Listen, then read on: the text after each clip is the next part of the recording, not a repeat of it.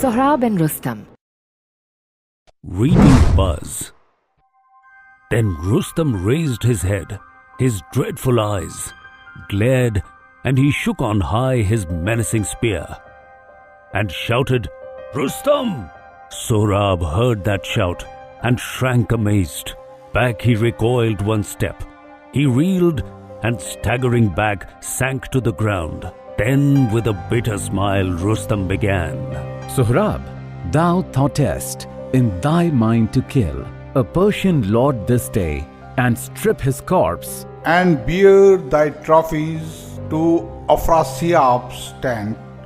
Fool, thou art slain, and by an unknown man.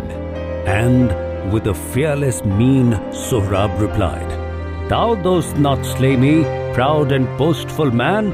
No, Rustum slays me, and this filial heart." But with a cold, incredulous voice he said, What prate is this of fathers and revenge? The mighty Rustum never had a son. And with a failing voice Sohrab replied, "Ah, yes, he had, and that lost son am I." And he saw that youth, of age and looks to be his own dear son, piteous and lovely lying on the sand. And Rustum gazed on him with grief and said, Yet hear thou arrest, Sohrab, or else men have told thee false. Thou art not Rustum's son, for Rustum had no son.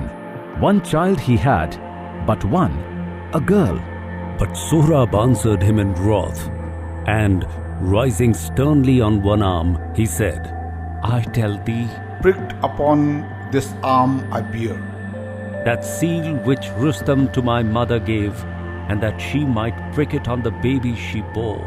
He spoke, and all the blood left Rustum's cheeks, and his knees tottered, and he smote his hand against his breast. Sohrab, that were a proof which could not lie. If thou show this, then art thou Rustum's son. Then with weak, hasty fingers, Sohrab loosed his belt, and near the shoulder bared his arm, and showed a sign in faint vermilion points. So delicately pricked the sign appeared on Sohrab's arm, the sign of Rustum's seal. It was that griffin which of old reared Zal, Rustum's great father, whom they left to die.